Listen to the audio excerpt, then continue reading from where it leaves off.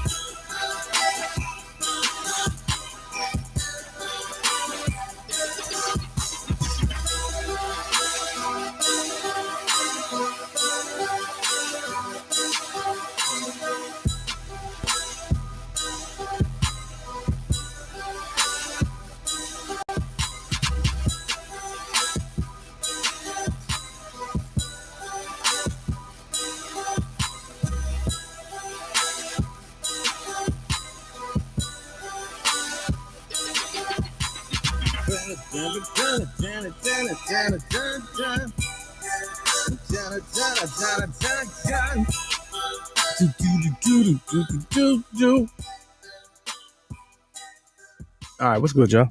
What's the good word? Good to see y'all, man. Welcome into the program. Welcome to Let's Go Live with Lamont King. I'm Lamont King. We are now live, so let's go. Good to see y'all, man. Come on in, man. Come on in Monday. We back on a Monday, man. 8 o'clock, the 8 o'clock version of the Monday show. Something like a podcast, hilarious commentary, trending topics, celebrity guests, interesting people, and you. Right here, 8 p.m. East Coast time. Shout out to everybody watching on the West Coast. I see you. And worldwide. Good, man. Good. Come on in, hit the thumbs. I got to tell you, man, with the 15 people that's on right now, man, man, we raking the dough. I was watching a video on how to make money YouTubing. And I was like, oh, I get it. I just won't make money. So here it is. So it was, it's good. There's 15 people we got on right now. It'll be about, once the algorithms kicked in the dashboard, it'll be about 79 cents for the month. No exaggeration. No exaggeration. So do that. Hit the thumbs up, share, do whatever you need to do. The replay value will be outstanding. So it doesn't matter. I mean, it does matter, but I have to say that. All right, here we go. Broadcasting live from the newly remodeled Drunken Fruit Studio inside Tiny Closet Command Center. I don't care if it is a closet. You still looking mad efficient. Yes, thank you, Lord Jabbar. And also, here's the phone number. If at any given time you want to jump in on the conversation, feel free. 765 Let's Go 1 765 538 7461. It's a live show. Do not trip. And also in the chat right now, the YouTube chat and the Facebook. Here we go. The invite link. All right. All right. Good to see y'all. Down the hall, our executive producer on the, I dusted in here too. That looks nice. You can see the little shine right there because I dusted. Our executive producer, Dr. Clarkson, down the hall in Studio G, and our New York bureau chief on assignment, John Watson from All Fun and Games. All right, here we go. Yeah, man, come on in. Good to see y'all. We getting there. A couple more people. Slow news day. Slow news weekend.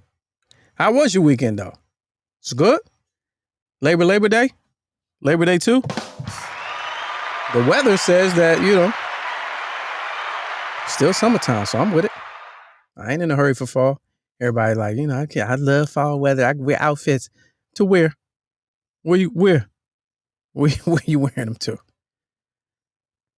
Damn a fall, man. I'm still on summertime, man. I ain't pressed to be around nobody. You understand me? Daylight savings is coming soon. All of the above. There's a lot of things changing, man. Too much stuff to name. All right, but let's get to a couple stories I want to get with. Love to hear your opinion, man. A little later, we're going to talk about Russell Westbrook. That's what the title of this video is. How much is that nigga in the window? You understand? How much is that nigga in the dress? Where my man Christmas at? I should bring Christmas back for this one. Because I got an unpopular opinion on Russell's fit, man. So I want y'all to stay tuned for that. You know what I'm saying? Yeah. Okay, A Cutie Pie says, my godson won his professional boxing match, beat the crap out of dude. So we good over here. You know what? We do things on the fly here. The name of this guy, I want y'all to remember this name, Greg Sharpshooter Outlaw. Is Outlaw his last name? I think it is. See if I can get this video. Young hungry cat too. Real respectful, mild-mannered individual. Hard worker, hungry. I've seen this kid since he was a little guy, and now he's a pro boxer with a decent record he's collecting. But the dude's skill at his size and weight and height, he's kind of tough. Hold on. Let me see if I can get some of the video from this week. Just a couple seconds just to see. I want y'all to see his footwork. His footwork. How does that work? Where you go at? Is this the video right here? Hold on, stand by. Just want to show you. I need video because these are steals. He punished this little dude, man. I don't know what round the knockout came, but you gotta watch the footwork. Oh, here we go. I got it. All right, here we go. So she brought it up, so I wanted to. Matter of fact, if you want to jump on and talk about the fight, he's 9-1. If you want to jump on and talk about your godson or whatever, here we go. Let's watch some clips. Boy, tough. This is off of a family member of his page. Don't be creepy. Nah, but young man's tough. All right, here we go. So this is whatever round this was, and this is one of 2 knockdowns. That's him on the that's him on the left. Sharpshooter Outlaw. Ping, ping, ping, ping, ping, ping, ping, ping. Fight back, champ.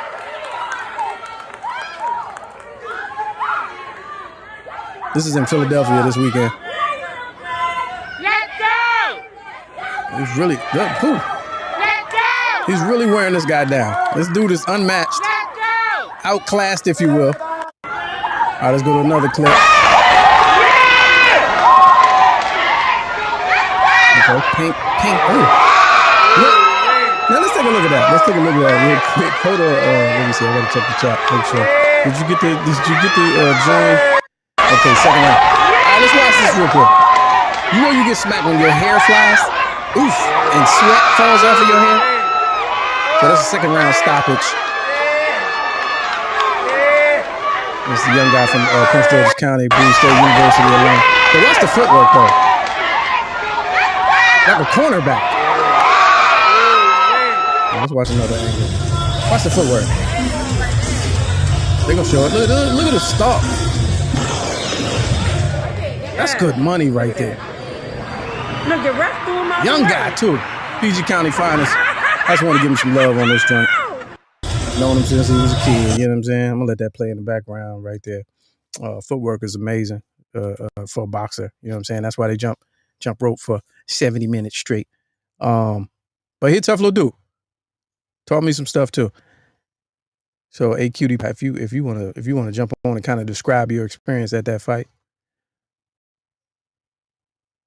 Oof. The way he stalks his prey. Hey, give it up for Greg. Hey, we might have to have Greg on the show. Matter of fact, don't even come on the show. Hey, Cutie Pie. Book that guest. Let's work on that though. Let's book on that. Look at the feet, bro. Who is this guy? I wouldn't box again. Because I think it was televised too. I wouldn't box again. You can't. he can't take losses like that. I mean, what did you do? All right, anyway. So that was how her weekend went. Hey, book that guest. See if we can get that guy. We'll talk later.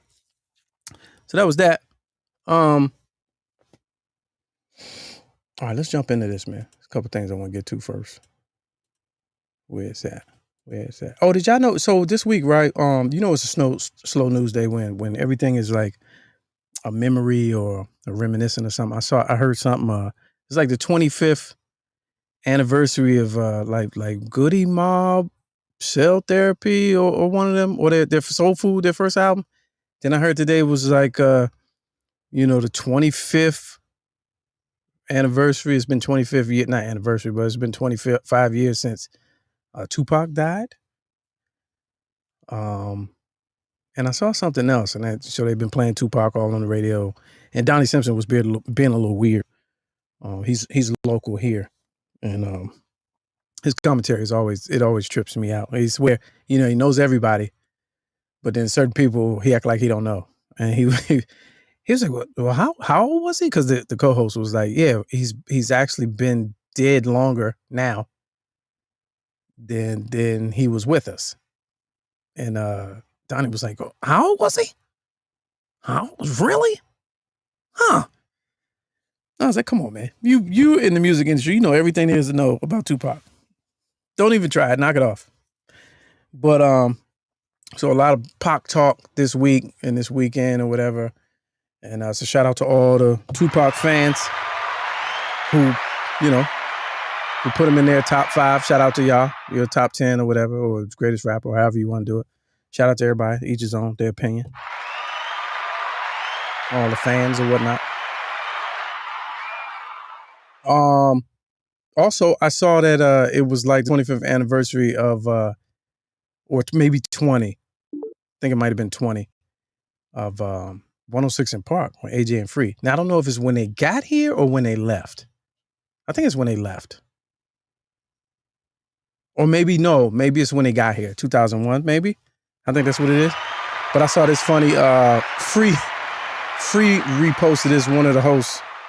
She reposted this video that somebody did, like a spoof of the time when they left on air. Because I don't know if y'all remember, man. There was a lot that happened this week, 20 years ago and 25. Like the first part of September is always real transitional. You had 9/11. You had Tyra Banks talk show that got pushed because 9/11. You had the Blueprint, Jay-Z's album that was real tricky because 9/11. Like the first time of September is always something. But Miss Free was going down memory lane, and she posted this, and I thought this was funny. Let's watch this. I don't even know who to do this, but he did his own little bit. All right.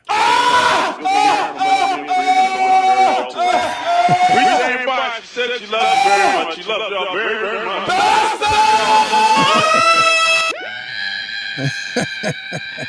So you mean to tell me, after 5 glorious years, y'all want to leave, bring the bastard behind, back up on set? We got a show to do.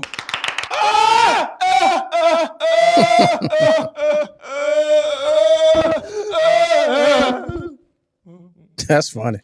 Who the hell are y'all?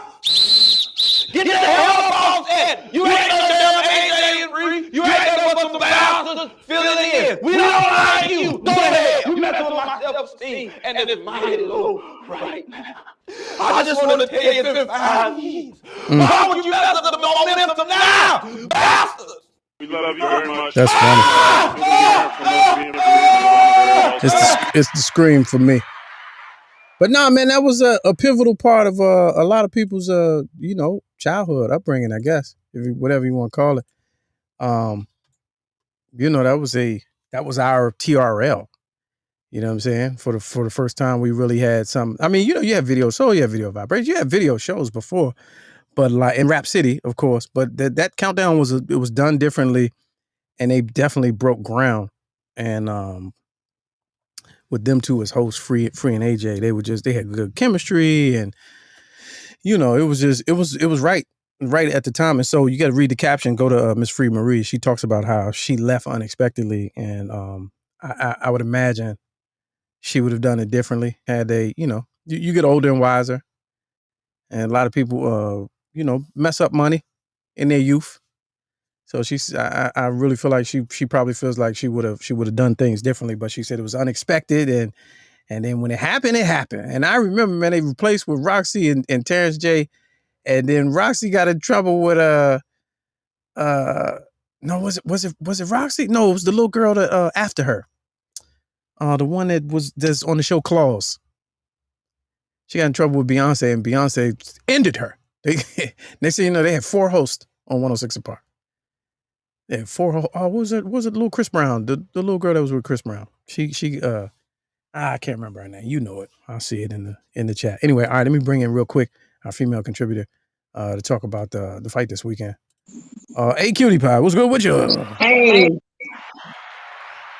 So, Friday Good, when I showed you all. Got your lighting right. Good job. Oh, I try. Karuchi Tran, that's who it was. Thank you, Haynes. Yeah. So that's why I was in Philadelphia and I showed you all, where I was, the skyline and all that. So it was for somebody asked in the chat, is he my son or godson? Long story. I've known him and helped to raise him since he was 5. And he's 28 now. He said godson. Listen, his birth mother tells everybody that I'm his mother. Okay. Oh, okay. Well, yeah, she tells everybody that I'm his mother. Oh, okay. I did the raising. She's my surrogate, basically. But anyway, you just would take that from her, huh? Just yeah. She's my surrogate. That's my child. Okay. Anyway, so about this particular fight, Greg was coming off of his first loss in his professional career. Mm-hmm. It happened in June back in Philadelphia. It was his first loss, which everybody that went there said it should have been a draw. So he still should be, it should be, what did I say the other day? It should be 9-0-1. But anyway. Okay. I see what you're saying. Yeah. But anyway, so his record now is 9-1. Did I say that right? Yeah. But anyway, I got to tell you about the fight though, because this particular dude, we were on a Zoom call for the press conference. The press conference wasn't live, of course, with COVID. That's my butt. That's my baby. And this dude was talking mad stuff, y'all. Oh. He was talking crazy stuff. So his name was Edgar Torres or something. Yeah, he tore his ass. Yeah, he got his butt handed to him, y'all. Edgar Torres. So in the Zoom press conference, some guy was piping in, was like, I want to be the main headliner this time. What is Torres and Outlaw going to do? Blah, blah, blah. So Torres, the one that Greg fought and beat his butt, he was like, well, let me handle Outlaw. I'm going to handle Outlaw, and then me and you will be headline next time. We'll get our managers to hook that up. And so we were in the chat like, oh, really? And look, and one thing, I call him Little Greg still. One thing about Greg, he's very quiet and very humble. Yeah. So he was just sitting there, he was sitting there like, okay. And then when they got to him, they were just like, any words? He was just like, no, just be ready for a good show. Just be ready for a good show. That's all. That's it. We, can't wait till the fight, blah, blah, blah. This dude was no match for him at all. Yeah, that's what he looks outclassed. He definitely was no match. But his record, I guess they went off his record and thought that he was going to be a good match. But Greg punished him. Yeah. Y'all, when I tell you my child has a left hand that's crazy. You got some. My child has a left hand that's crazy. So he, playing with him with his right. When that left come, it's over. He had him on a rope. I'm in the background going, rope but dope.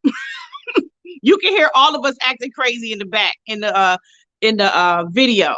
Yes, it was amazing. But it was second round, the beginning of the second round, he knocked him down.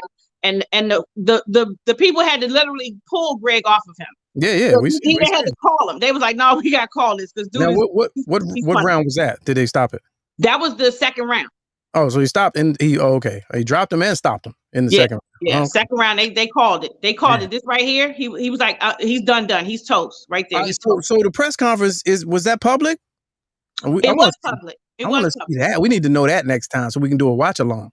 Okay, and I will get him on Whatever day you want, sometime next week, maybe. Yeah. We'll make it happen. We'll square that away. Okay. So I Yeah. want to talk to him about Very, his very proud of him. He's a very humble, he's just a great guy. He's a great guy. Like I said, I've had him since he was 5, been in his life, helped him through school. That's my baby. Yeah, that is my baby. Yeah. Hush. You said that already. Hush. We know. You know what I'm saying? Nah, but we make that happen because I'd love to hear his story and about his rise to prominence. I'm gonna call him right now. These are 9 pro fights. He's a pro now, right? Yes, he's a professional boxer. Yep. Okay. So pretty soon he may be, taking on top name contenders for top money. Absolutely. And TV time. Absolutely. Okay. Yeah, we'll talk about all that. All right. Yeah. Okay. Sounds good. Appreciate you. Bye. That is our female contributor, A Cutie Pie. All the connections. All right. So that was cool. That was cool. Wrap to him. Let's see. I saw this one the other day and I wanted to talk about this, but we didn't get to it. So are y'all familiar with Amber Ruffin? She's a comedian who has a situation on Peacock Network. And she does these really, good, kind of like the Daily Show, right? She'll do these bits, these monologue bits. It's a cross between like the Daily Show and Last Week Tonight with what's the guy? He's a Brit. He's another Brit. Last week, John Oliver. Her show, her spiel, her delivery really kind of reminds me of John Oliver. So I saw this one making the rounds, going viral. So I wanted to talk about this one. She had something that came out the other day that I wasn't really a fan of, but this one talking about redlining and the historical nature of real estate discrimination. I want to watch this real quick because she dropped some jewels in this joint. I know some of her, I'm familiar with some of her writers. So she's got a hell of a staff putting this type of work together. But, whenever I see some good shit, I always want to share it. So let's take a watch. It's about 5 minutes. The headline is homeownership is rigged against Black people. Instead, we get the hood.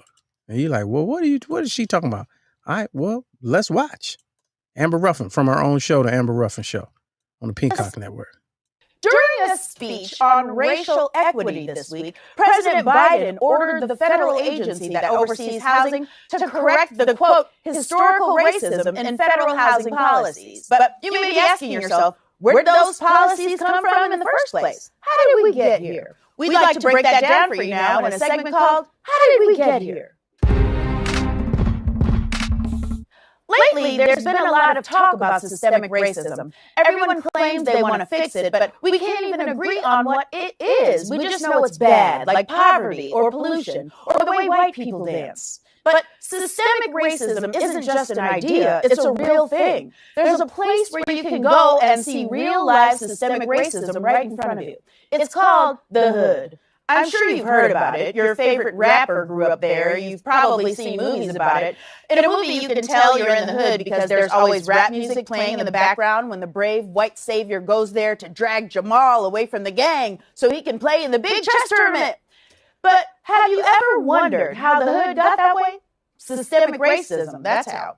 In the 1930s, America was in the thick of the Great Depression. We stop that real quick. You still get the echo? Y'all still got it? Feedback? Can you hear if I leave? Oh, it's fixed. Okay. All right. Good call. Thank you, Kunal. The banks had failed and everyone had lost their homes and unemployment was at the highest it would ever be until this idiot came along. So FDR had an idea called the New Deal. The New Deal gave jobs to nearly every American, set the minimum wage, and created a retirement plan called Social Security, and it worked. For the first time in American history, you could have a regular job and make a decent living. You wouldn't necessarily be rich, but you wouldn't be poor either. They called it the middle class. To get that kind of job security today, you would need 3 jobs and an OnlyFans account. Now, if you're wondering if this New Deal made things better for Black people, the answer is, see, part of the New Deal was the Homeowners Loan Corporation. They were an organization that guaranteed home loans for everyone. But just like an episode of Friends, they didn't include Black people.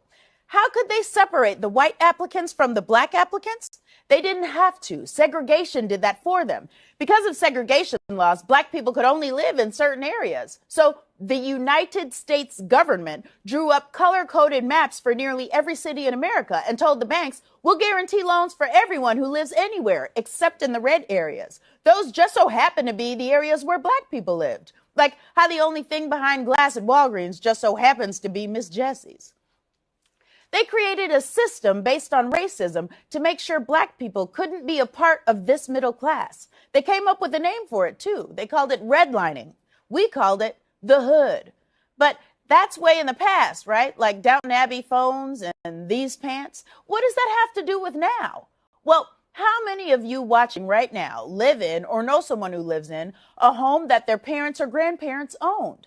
That's called generational wealth. And home ownership is the #1 driver of wealth in America. Number 2, of course, is how many Beanie Babies you have.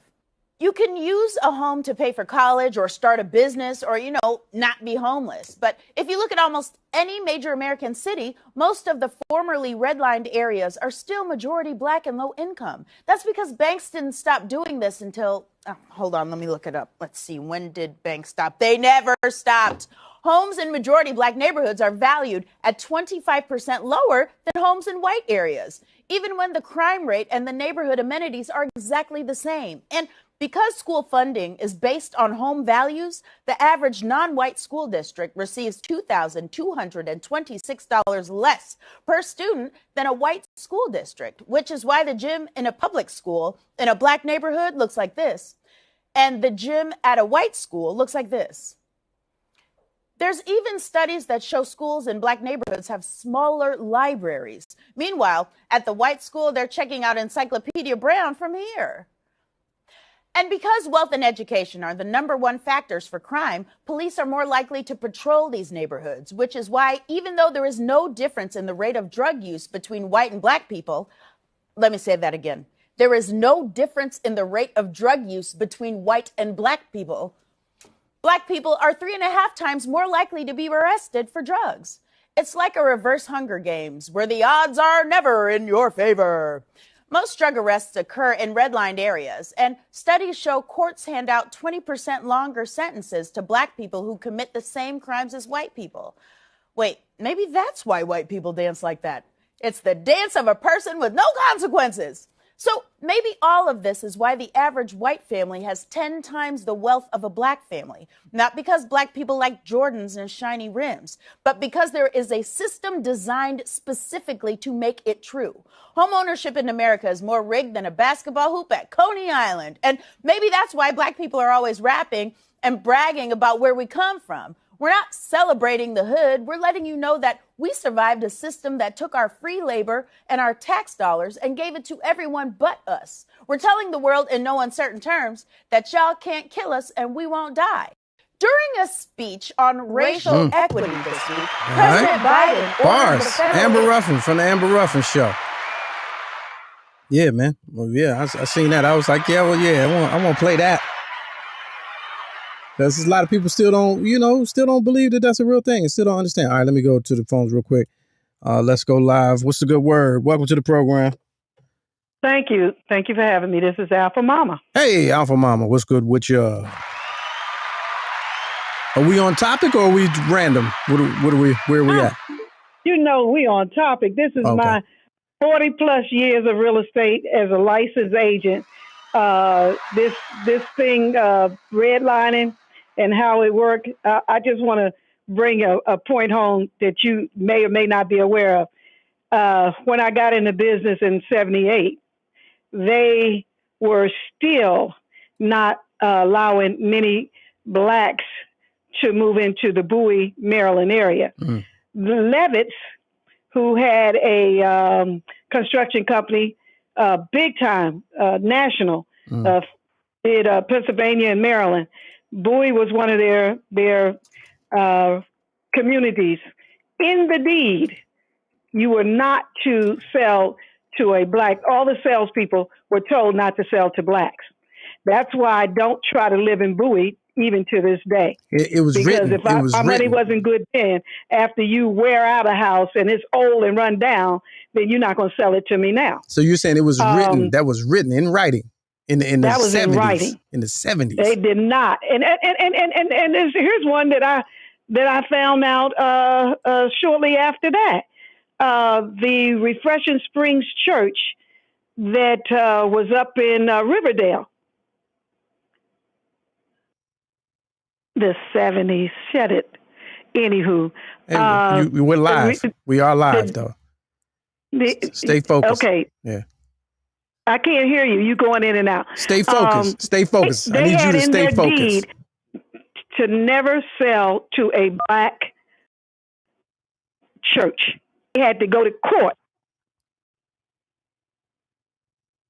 I can't hear you. Yeah, you're going in and out. Are you on a home phone or a cell phone? Are you on your mobile? I'm on the home. Is people I'm calling? on the home phone. Are you sitting down? Be still. Is people calling? Sitting down in front of the computer. Yeah. But anyway, yeah. So those are 2 points that I wanted to make about redlining and about the construction company not allowing the salespeople to sell to black people. Also, there's one thing I want for you to give me some time to discuss, and that is not today, but another day. I wanted to discuss what happens when your house goes to foreclosure and it forecloses, but yet it sells for more than what is owed. Where does that money go? Now, we need to have a serious talk because there are too many people that don't know where it goes. Okay. Well, let's set it up. I'll have A Cutie Power reach out to you, and she'll book that and make that happen, and we'll do that very soon. Okay. Appreciate you. Sounds good. All right. Have a good evening. Be safe. Nice.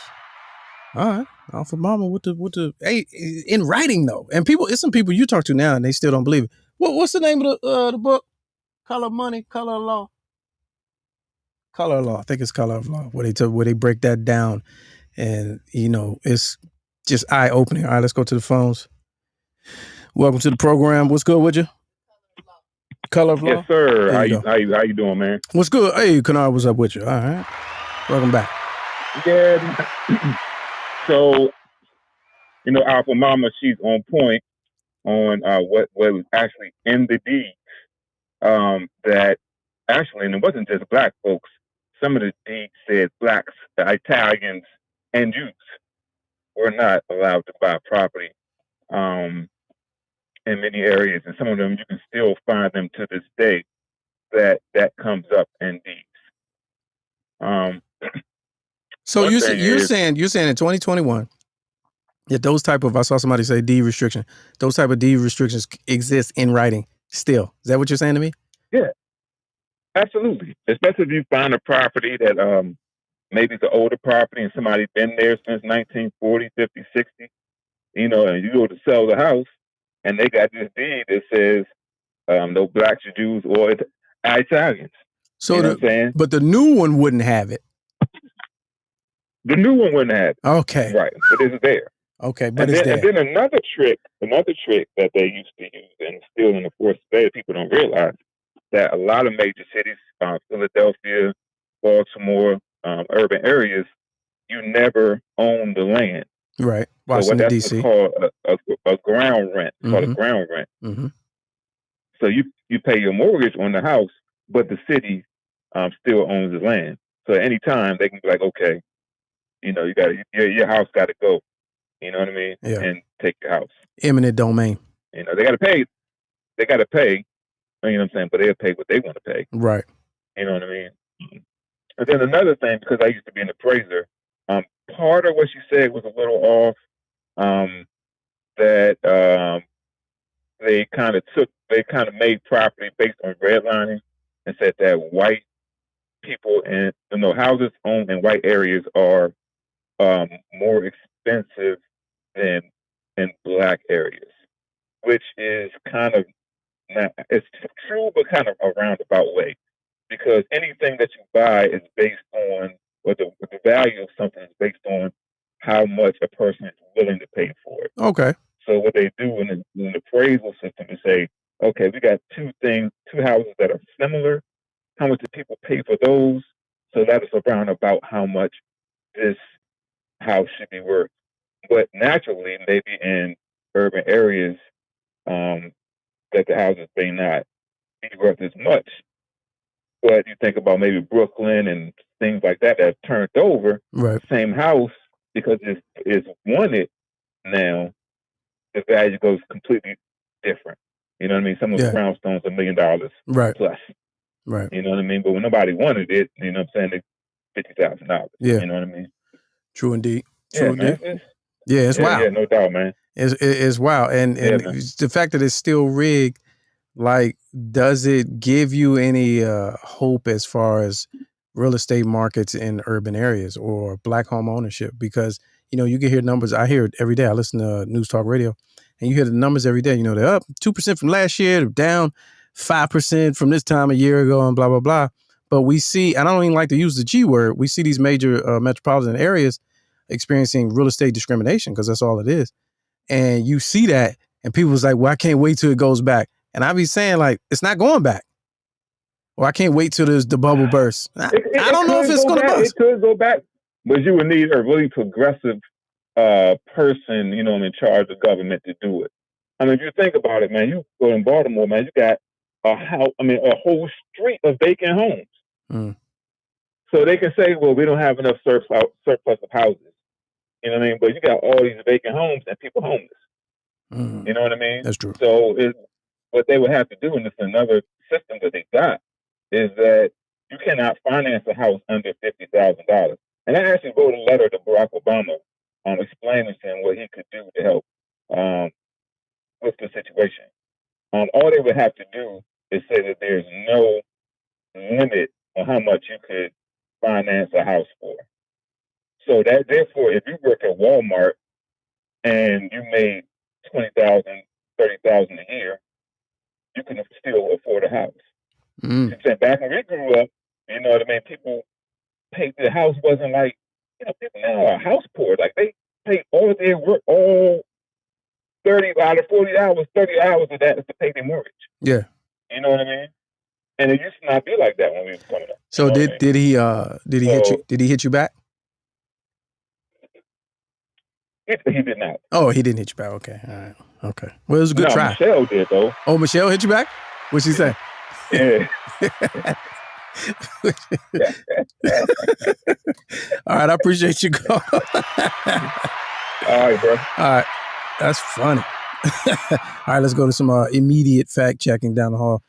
Studio G. Dr. Clarkson, what's good with you? Hey, what's good? What's good? How's everything?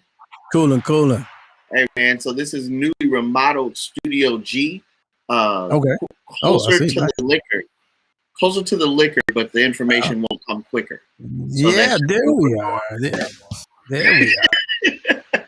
But a couple of things. So with Amber Ruffin, I've been watching the show on Peacock for a minute. I like it.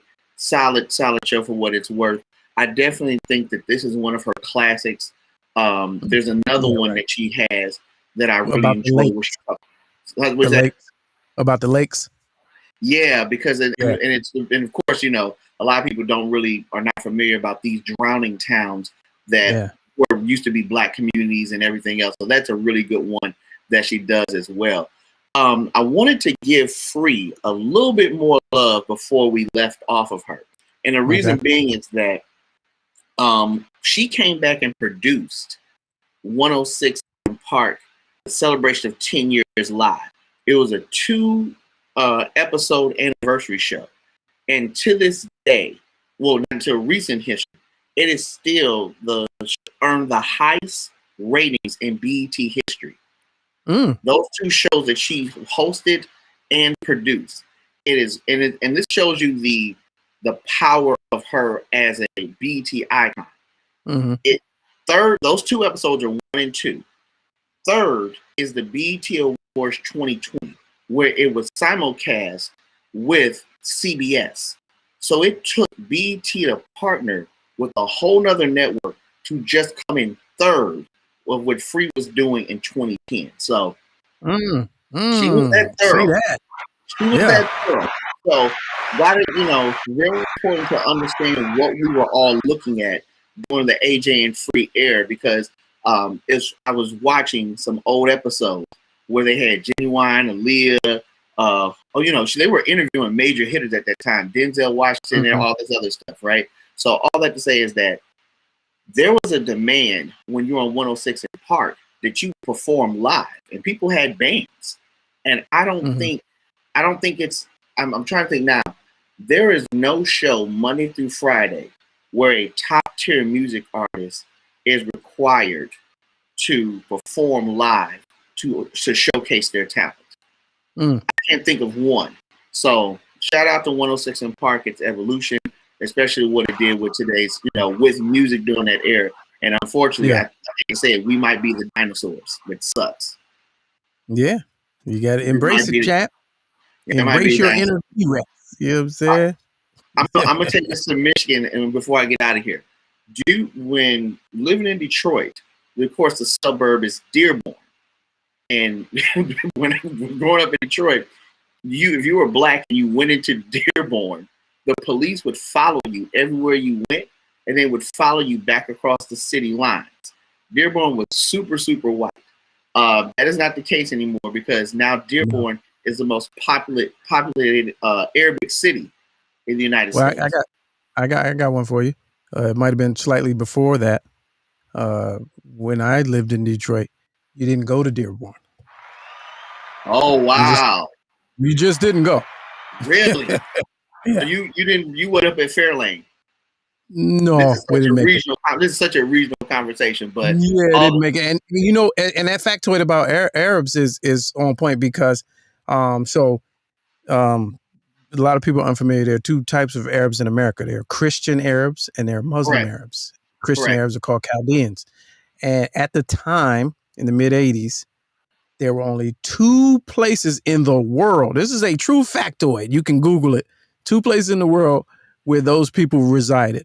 And they were mostly Iraqis and Persians, which are Iranians. It was in Iraq and in Dearborn, Michigan. So you're correct. Yep. Yeah. Like literally, that was the statistic. There are only two places where they reside in the world. Right. And it was Dearborn and Iraq. So yeah, you're right. It was very interesting seeing how Arab Americans fought in or served in the military, came back and bought all the places that they were discriminated against. And now all of that main strip of Dearborn, if you know what I'm talking about, where the old Palace restaurant used to be, Schaefer Lanes, all these places that I'm naming as like these iconic places in Dearborn now have two scripts of writing. So that redlining is real, but it was interesting to see how they bought the block. And I'm wondering, does that happen in this evolution of 2021 for African Americans? Well, some people are trying it. I see, a lot of people are kind of operating under that banner, buy back the block or whatever. Right. It's kind of a rap thing, but now it's like I see what a lot of these young entrepreneur pages and these pages about millennials who are getting money and are into real estate and tech sales and all that. But that's for a future conversation. That's an interesting one. Yeah, absolutely. I'm with it. We'll make it happen. All right, that's me. All right, champ, there it is. All right, so I saw somebody. Let's get to the topic. I seen somebody in the chat say they're here and they're familiar with my crank calls. I appreciate you. I don't know who you are, but feel free, guys, if you were on Spotify, go ahead and add my playlist. I'm gonna put that joint in the chat. Thanks for the reminder. Because, every play I get 0.001 cents. So 79 cents from the YouTube viewership, super chats, and then from the Spotify, I'll get 38 cents. You know what I'm saying? Might crack $1. Y'all not with me, though. It's ground up, though. It's the entrepreneurial spirit. I came from nothing, and I drink Modelo. It's the fighting spirit. All right. Those Modelo commercials always, I get a kick out of those. Everybody comes from nothing, like everybody. Nobody in music and entertainment came from some shit. Everybody just came from nothing. And then I spent some time with my brother for his 50th birthday the other day, and he was drinking Modelo, and I was like, Nigga, you ain't come from nothing. You know what I'm saying? You came from something. What do you mean? The fighting spirit. All right, anyway. Prank calls are real, not fake. No, yeah, these are all real. They don't even do real prank calls anymore. I ruined this guy my job. I ruined his whole experience when I told him that all of Nephew Tommy's calls are fake. I'm sorry. Fake is too harsh. They're staged. All right, moving on. All right, y'all still talking? Y'all still on that in the chat about the? He said she was wrong, so now she got to defend herself. All right, moving on. All right, let's talk about it, man. Let's talk about it. So, New York Fashion Week, it's on and popping. Every year they give us something. The VMAs was yesterday. I did not watch it, so I really don't have a lot of opinion. Feel free to call. And I see somebody right there. Feel free to call in and let's talk about it. I don't really do well with those ritual programs anymore. So I don't really watch those because that's all they are to me. But this is what happened when I woke up to today. Let's go to this call first because I think that's my man Teron. I think he got something he wanna breathe on. Teron, what's good with you? And what's going on, Lamont? Ain't too much. Welcome to the program. Yes, sir. I used to, before I moved down south a few years ago, I lived in Bowie, right? And Crofton was trying to, be a part of Anne Arundel County and not part of PG County. Yes. It was like this. Yeah, we remember that? Yeah, and they were successful. They seceded from the county. Yeah, I remember that. That was a big deal. Yeah. They was like this. I can't deal with y'all. So but Bowie, I like Bowie, Yeah, it's nice and pleasant, but there are still some parts of Bowie, or old Bowie, historic Bowie, when you go and you feel like you time traveling, like literally, even now. Oh yeah. Yeah, I was on the 301 part. Yeah.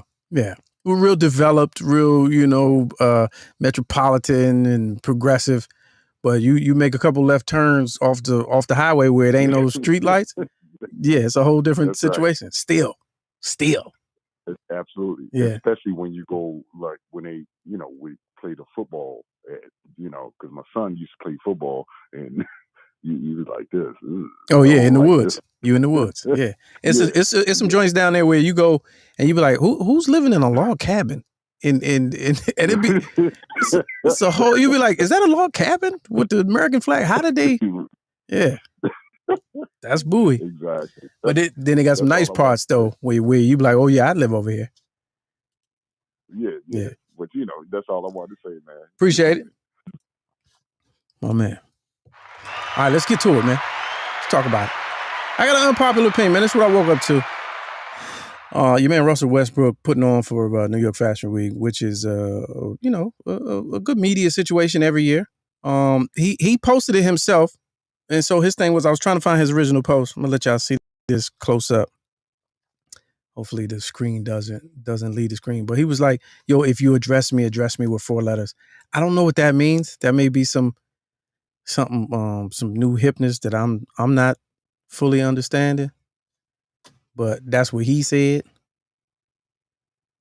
So hold on, I'm clicking on the joint right now. They're giving me pop-ups. Stand by. All right, here we go. Let me give y'all a closer look. All right, let's take a look at this, man. Cause I got, I looked at it and I was like, yeah, blah, blah. And then I was like, okay. Like I wasn't upon further review, let me close some of these tabs.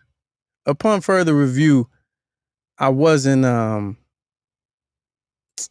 hold on. Oh, Twitter. Okay.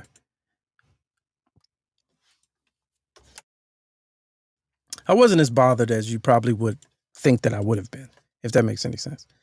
And I'll tell you why. All right, so first of all, let's take a look. Let's take a gander.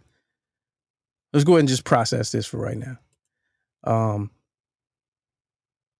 Take a look at, let's start from the bottom. I don't know, these stepper boots. It's kind of Devo boots, I guess. 80s rock band. I don't know. and some tights or leggings of some sort, maybe long socks. And this pleated restaurant table cloth, kind of an apron, Handmaid's Tale situation. And then the Happy Days cardigan, which I hear are in style again with the plunging neckline. And then the green hair. All right, Russell Westbrook, NBA superstar, fashion maven. This is not his first, dalliance with giving you fashion. He's been a model for other brands, but let's just overall, let's just look at it.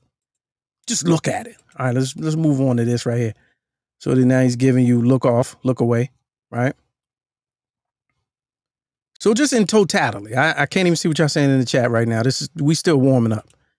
All right, and now it's happy fun time. Got the choker, little subtle blingerage or whatever, his wedding ring because he's married to a woman. All right, so now we take that in. So, of course, everybody has their response. Everybody wants to go first. Pick me. So let's go to Kwame Brown, who is funny because if you've been watching this weekend, for those of you who follow Reza Islam was in Georgia addressing he had an event where he spoke to a crowd of people and then also I guess went to the state government and was addressing concerns with the CDC and all this other stuff. But Kwame was with him, right? So I seen him in photo ops.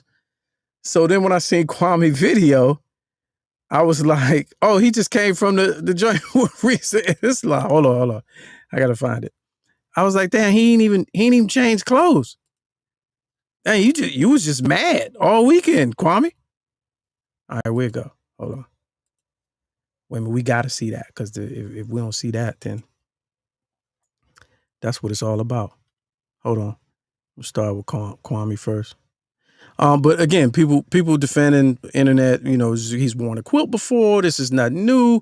Y'all stop spazzing. Y'all making it bigger than it needs to be.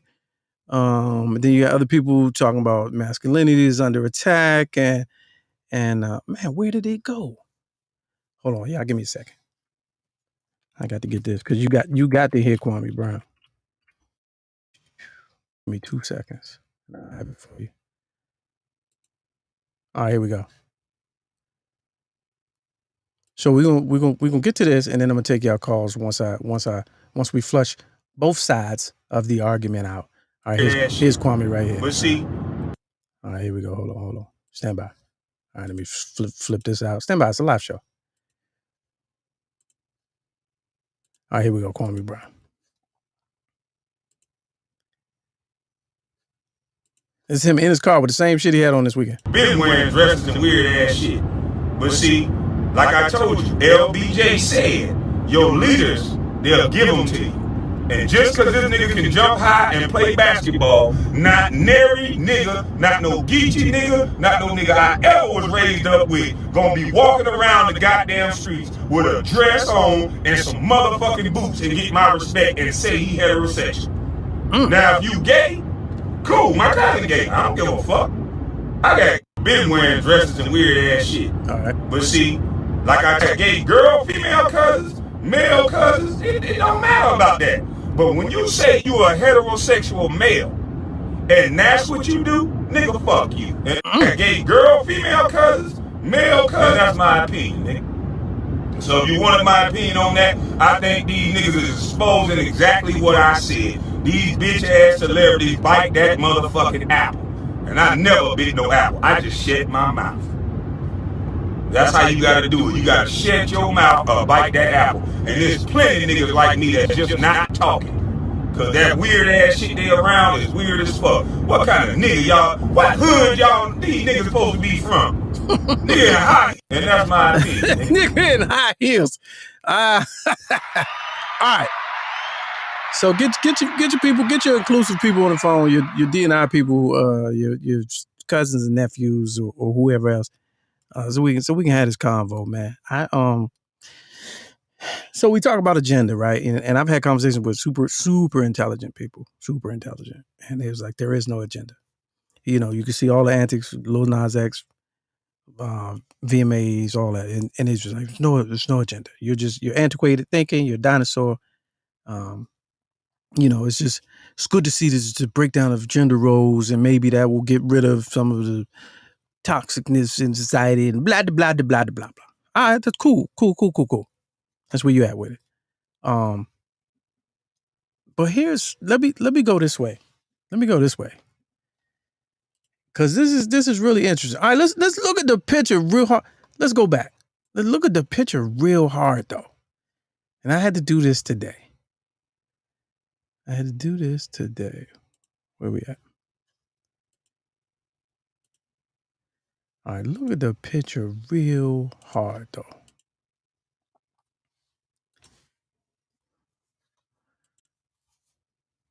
Now, I'm not wearing it. But I can see where fashion and style intersect. Like, don't sit here and try to pedestal to me after the crazy shit we done seen over the last 10 years. I really could see dudes rocking this look. I really could see straight dudes really trying to pass this off as a thorough look. I mean, I had to look at it for a long time, and I had to trick my brain. I had to be like, all right, what's your real problem with this? What do you really have? What's your real issue? And I thought about it. I was like, all right. It looks whack, but beyond saying that it's feminine or it's a dress, beyond that, what would you have a problem with? Because you could argue that it's not a dress. And I'm going somewhere. I am going somewhere, and I got pictures. So before y'all start jumping out, let me take this caption down. My bad. Before y'all start jumping out there, I do got pictures. So I'm gonna play the other side of the argument from a fashion forward standpoint. I could see thorough dudes really passing this, because a few years back you would have never thought that men were the manly men.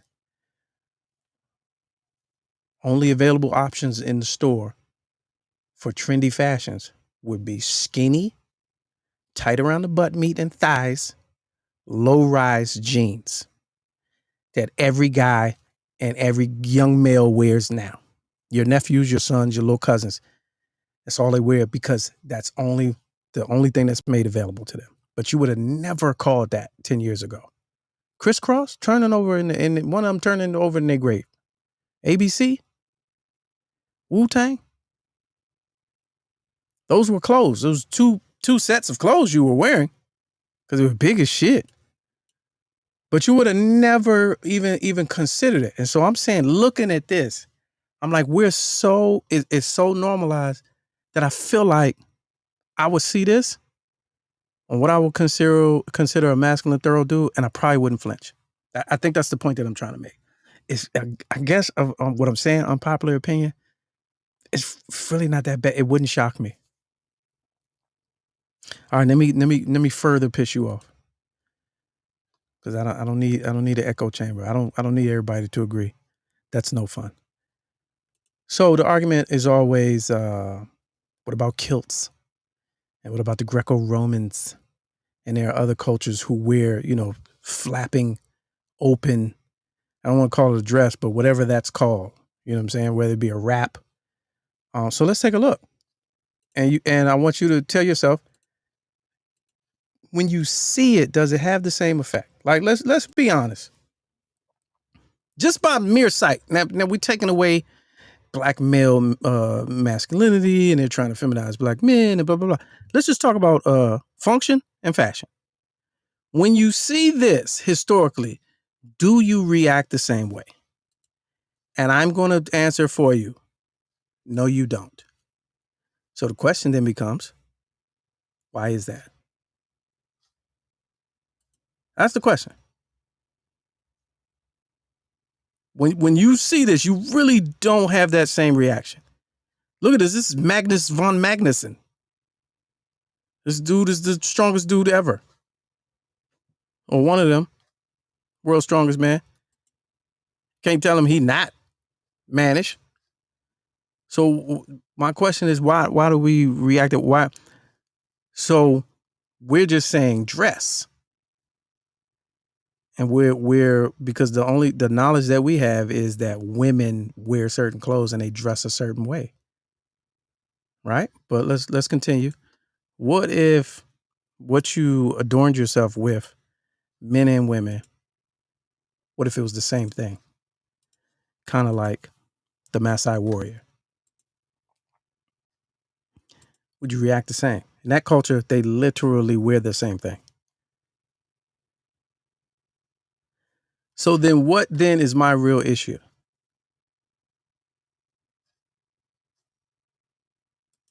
It's a fair question. Phone lines are open, 765 let's go 1, 765 let's go 1, or join the jump on the link.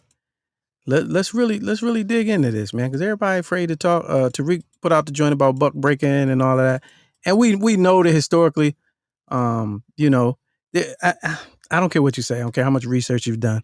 I don't care if you're D&I at your job and all that. There is an agenda. So regardless of what you think the agenda is, there is one. There's a socializing agenda. That's what society is set up to do, is to condition the population to control their habits and behaviors by what they see. Period. That's it. There is an agenda. So you cannot dispute that.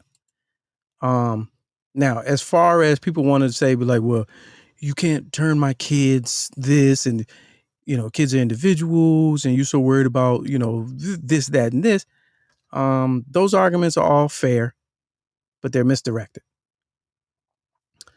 But what I'm drawing attention to is just as a matter of fabric and how it's presented on the physical frame, what is the actual issue as we take a look here at Maasai warriors, men and women. As we take a look now, let's go back to Russell. Now that you've seen the kilt, you've seen the Zulu, the Kenyan Maasai warriors or whatever, you've seen it. Now let's go back. And so what I need to know from you, if anybody's brave enough, and I haven't read the chat yet, because I'm still maneuvering. All right, now I'm gonna open it up. What is your real issue with this look?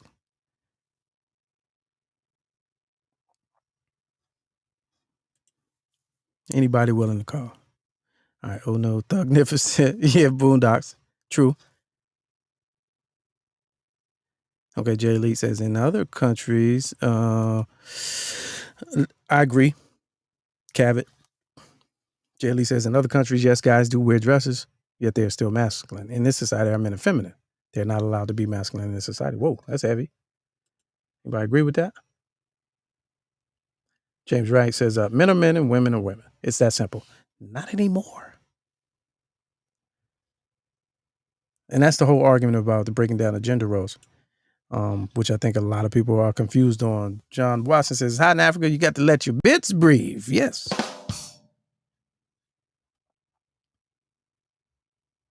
Everybody wants to comment from a distance. Hey, that's cool. Derek Jones, okay. Why should you care? Actually, that's probably, I don't know who you are, but that whenever I see that, it's none of our business. And why should anybody care? I feel like that probably is the most, no offense, this is not directed at you. That's probably the most annoying response that could ever be uttered. I hate when people say that. You know why? Because it's so, it's counterintuitive, because we care about everything that everybody else does. So don't fake like this is an issue that you shouldn't care about, because it's not an issue that rings your bell or gives you pause. Like, everybody cares. I see that on social media all the time. Why do y'all? It's their life. Let them live their life. And why do you care? Everybody cares. That's the only reason people talk about things to each other. It's because they care. So anyway, but I see y'all scary. So hey, I just want to throw that out there, man, because it's coming. It is coming. And how do you, what do you say? So when for those people who are raising kids a certain way, it's like illegal to raise your kids a certain way nowadays. For those people who are, and they have to, what are the terms that they use when they describe this? Is it a skirt? Is it a dress? Is it women's clothing?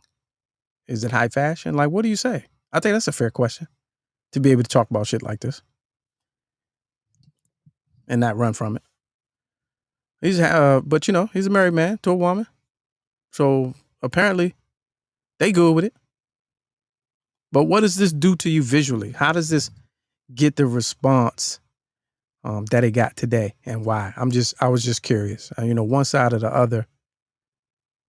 I was just curious of this. But yes, John Watson says if he was wearing a nicer heel, the boots don't go with the skirt. And what's the green hair about? Now, all right. So since y'all roasting, it don't even have to be feminine. If effeminate, it's really just I don't know. I don't have the best fashion sense, but it's really just ugly. It's really just ugly. Like somebody in the back could have been like, all right, listen. So I want you to listen, just walk with me. I got an idea, on some sporty Mad Max type shit. You know what I'm saying? Like I got an idea. We're gonna do this thing and size it, like finesse it. But this just looks super average. Like I said, handmade / I'm going to the Van Halen concert after the Happy Days reunion tour. Like, what are you doing? What are you doing? I think it could have been way snazzier. Could have been way snazzier. You know what I'm saying? That's just what I think. But anyway, all right. Yeah, Dennis Rodman did it, and it was an issue. But Dennis Rodman did the whole wedding dress, so you literally knew what the message was. You know what I'm saying? It was beyond fashion with Dennis Rodman. He did the whole thing where he married himself or something, and lipstick and a blonde wig and a wedding dress. Now, a little different. But this one, I think it's I'm just curious the reaction. You know what I'm saying? In today's comparative to where we are in today's society. So, but since y'all being all shy and shit, I'll leave it at that. Haynes says, I don't agree with there being an agenda, but children are definitely influenced by these celebrities, which in turn is the agenda. There we go. I didn't get a chance to watch the VMA, so whatever you saw, I didn't get a chance to see it. So unfortunately, I'll have to do some research and see what Justin Bieber, but that's his new look though. That's what he's on right now. Real grungy, creepy, real rapey mustache situation. And so I don't know what he's on. All right, let's go back to the phones. Let's go live. What's good with you? Oh man, let's go with it. Let's have a discussion, bro.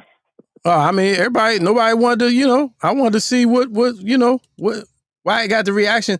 I'm actually not mad at it. Okay. Yeah, I'm actually not mad at it. I'm not either, actually. It's, what it really is when it comes down to it is, here in America, they've made black men hyper masculine. Really, they have. If you're not hyper masculine as a black man, then, and it's not even based on anything really what is truly masculine. You know what I mean? Basically more on sexuality, and strength, athleticism, things like that. You know what I mean? And aggressiveness. But if you look at like Africa, a lot of countries in Africa, a lot of Islamic countries, they wear garb that is open on the bottom. Yes. You know what I mean? That it will be seen as maybe a dress or maybe a sari or things like that. You know what I mean? So it's really just us in society here, and maybe remnants of slavery that this is going that we have a problem with it. All right, so I do. Let me state this clearly. I do have a problem with the effeminization of black men. Mm-hmm. What I think I'm trying to say here is him wearing that doesn't automatically make me think effeminized. What it's tied to is the fact that here that would be considered women's clothing. So the fact that I know, to your point, that I know other places it's not, is what doesn't make me have the same reaction. Because I know that, like, you could be a killer in a kilt. It's probably where kilt came from. You know what I'm saying? Because he just was fresh off. He just killed somebody. You know what I'm saying? The first person wearing the kilt. I just made that up. But still. Val Kilmer. Yeah, Val Kilmer. You know what I'm saying? Like, so it doesn't automatically. Go ahead. Look at Omar. You know what I'm saying? Look at Omar. You know what I mean? Michael K. Williams, the character. That's what made him so interesting. It made him interesting, but he was not effeminate, and he wasn't wearing women's clothing. So that's different. I think here the issue is we associate what he's wearing to women's clothing. And traditionally here it's women's clothing. It is women's clothing. If you go to the men's section, you're not going to see a dress there. You're not going to see a skirt there. You know what I mean? Right. But this is part of, like, fashion. It's avant-garde, all that type of, you know what I mean? Kind of, stepping out there, fashion show type of stuff. But, Russ, he kind of out there anyway with his fashion. Anyway. So it's nothing to take him over the top. But in Atlanta, actually, I've seen several people out there. Full dresses with the sling shoulder joint. Yeah, full dress. Yes, yeah. Tube dresses. I've seen that. Yeah, little Uzi Vert, like, nobody even say nothing about him. They just like whatever. Yeah. Pretty much. Yeah. So it's the us thing. I don't know whether it's good or bad. I do believe that some of this is remnants from the lack of black men from the drug epidemic. You know what I mean? Because the crack epidemic. You know what I mean? These kids now, they are actually grandkids of, you know what I'm saying, of the crackheads. You know what I'm saying? And so what is that? And so what are you saying? And the massive incarceration of black men. Okay. So we had a whole generation lost of black men. Yeah. You know what I mean? So maybe that is it. A lot of these boys raised by women. And that sounds bad, but kind of true. Okay. All right. Appreciate the perspective. There it is. Interesting. Yeah, man. So so yes, men in women's clothing would get a reaction from me without being toxic, phobic, or biased. But making a fashion statement in attire or garb that in other parts of the world is seen as masculine does not get the same reaction.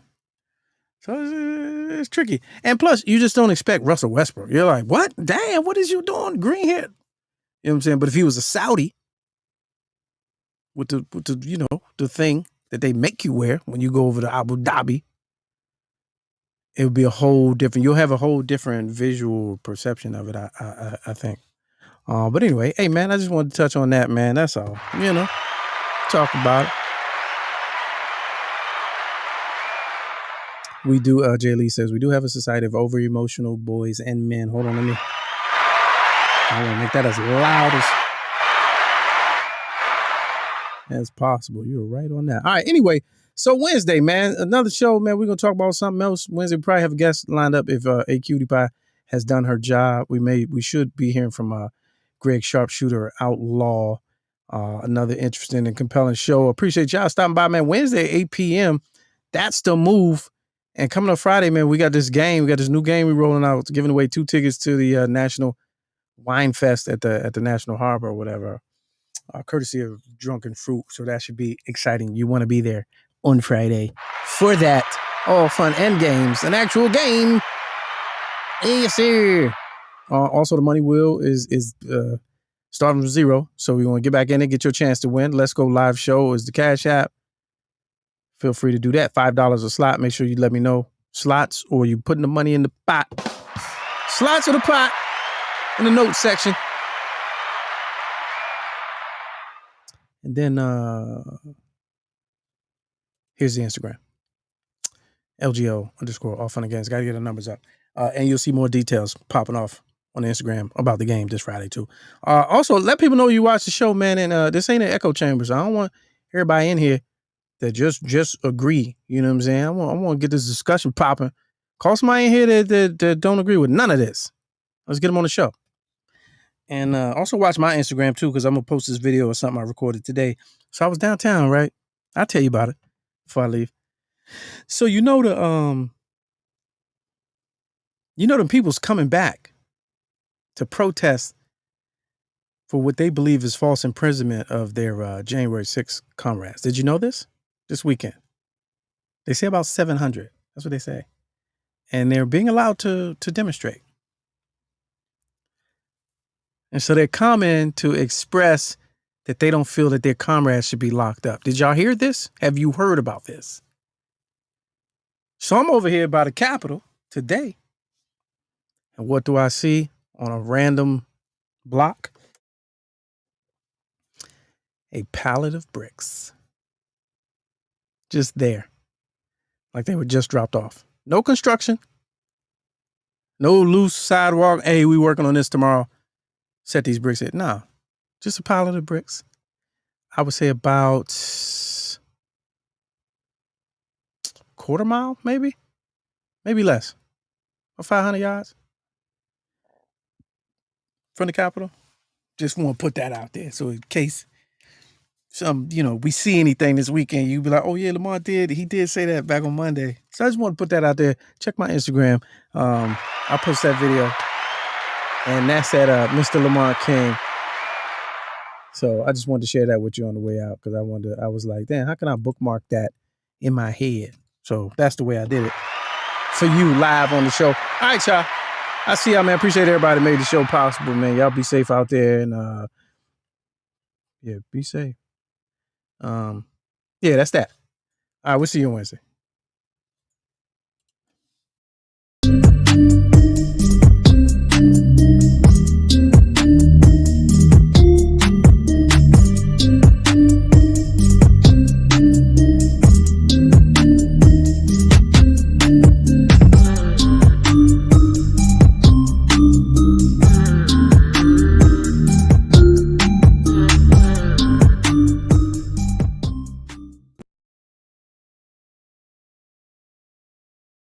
I don't care if it is a closet. You still looking mad official.